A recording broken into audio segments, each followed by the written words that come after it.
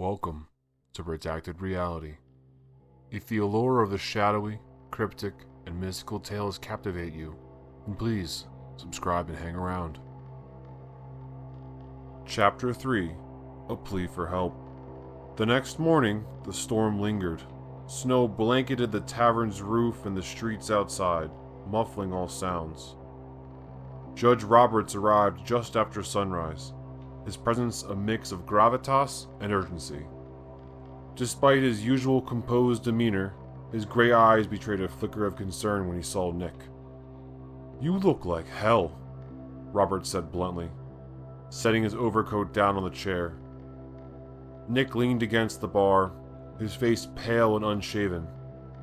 "Thanks for the vote of confidence, Dad." "No pleasantries today. Bethany called me last night. She's worried, and judging by the state of you, she has every reason to be."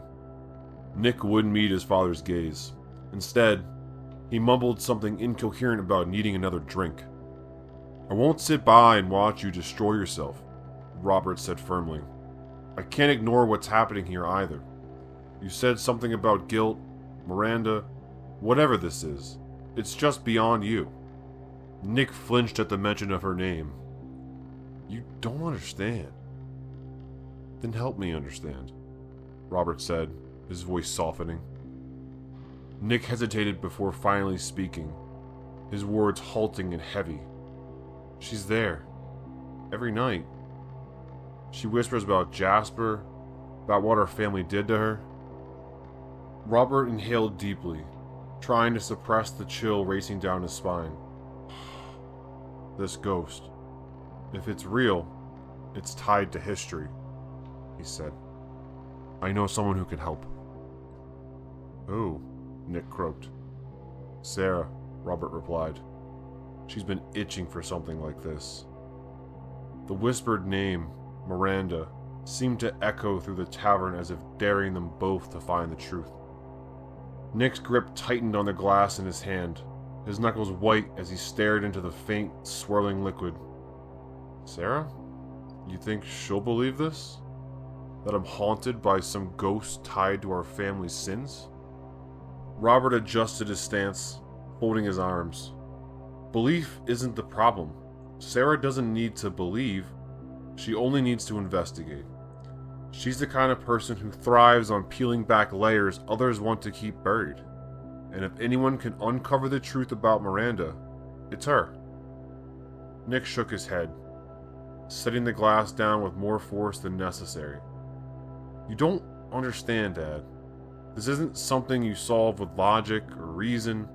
She's angry, and the more I try to ignore her, the stronger she gets. She wants something from me, and I don't know what." Robert studied him carefully, his posture unwavering despite the growing discomfort in the room. "There's always a reason, Nick. Spirits, guilt, whatever it may be, there's always a reason. You owe it to yourself, to our family, to find out what she wants. Otherwise, her presence is only going to get worse." Nick looked up at him, his bloodshot eyes brimming with frustration and fear. "And what if I don't want to dig up the past? What if facing this just makes everything worse?" Robert's voice softened, though the weight of his words remained. "Sometimes we don't get to choose, Nick.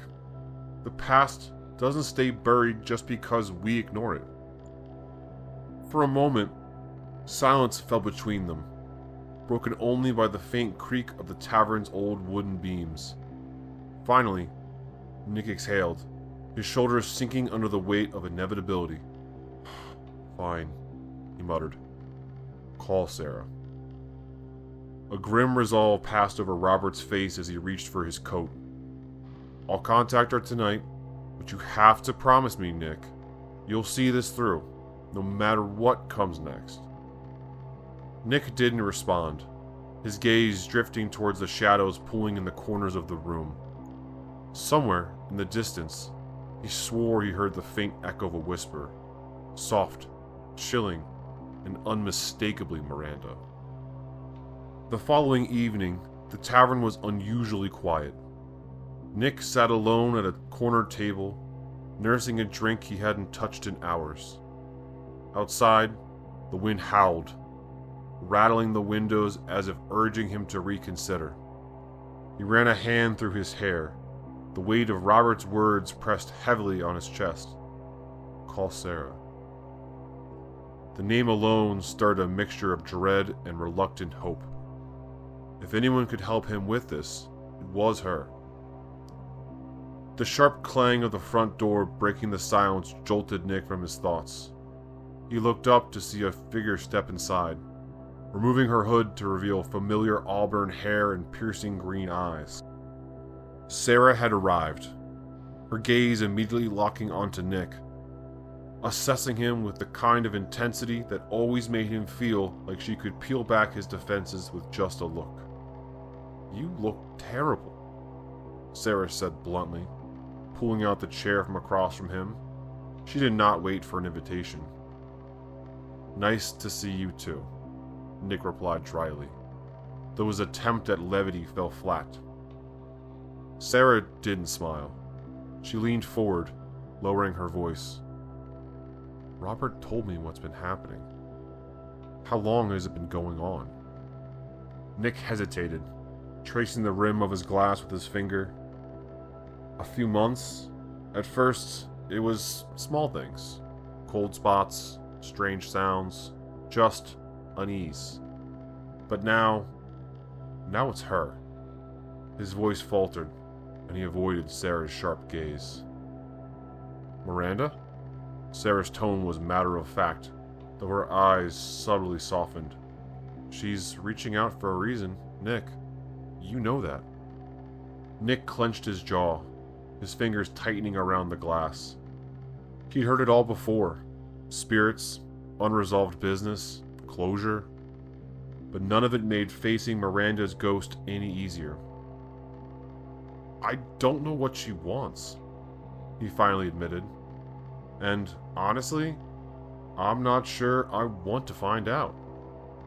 Sarah sighed, leaning back in her chair.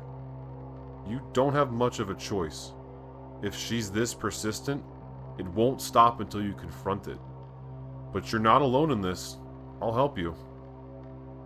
The words sent a small wave of relief through Nick, though it did little to ease his apprehension. Where do we start? He asked cautiously. Sarah's lips pressed into a thin line. We start with the past. Whatever you're avoiding, whatever you've buried, it's time to dig it back up. Nick stared at her, his throat dry. Somewhere deep inside, he knew she was right. But as he nodded reluctantly, the faint whisper returned, curling around him like a cold breath.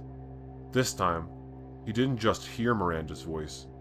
He felt it, close and relentless, whispering his name with an urgency that sent a shiver down his spine.